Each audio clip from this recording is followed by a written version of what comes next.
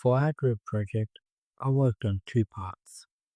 One, the proposed initiative for folio groups, which involves implementing a related diversification into the ed tech industry, and two, the threats within the SWOT analysis, where I identify the external threats and how the company can mitigate those threats to strategically achieve the company's long-term goals. With that being said, let's begin with the proposed initiative. We are recommending a related diversification into the ed tech industry by launching a new venture called eTech, which is a digital learning platform that will strategically integrate AI technology as a unique value proposition to help students and teachers improve learning outcomes with customizable features tailored for each student's learning capabilities.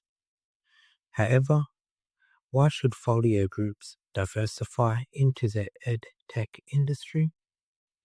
$3.6 billion. That is how much revenue was generated in the industry, and that is expected to grow by 11% in 2025 with a massive demand for online learning platforms.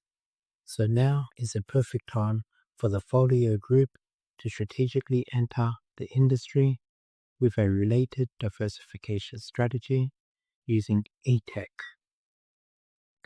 Now I will move on to the second part of my contribution, the threats section of the SWOT analysis.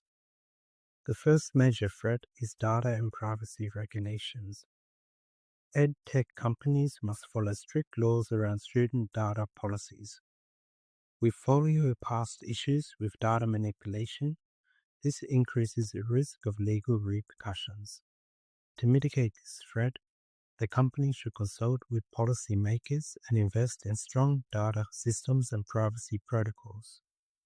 This response strategically aligns with the company's long-term objectives of putting customers first by ensuring strong data protection policies. Another key threat is competition. The EdTech industry is already crowded, with large players like Google holding a big share. For eTech to compete, folio must focus on what makes its product unique, like integrating AI features and strong customer support, plus leveraging the trust and credibility it has already established through folio skills. Finally, the other threats include advancement in technology, economic cycles, and changing consumer demands. These are long-term challenges and threats. However, folio has encountered similar challenges throughout its product lifecycle and has successfully adapted each time. Through market research, product development, and strong stakeholder engagement with flexible pricing strategies, folio is well positioned to mitigate these threats while strategically aligning with the company's long-term objectives.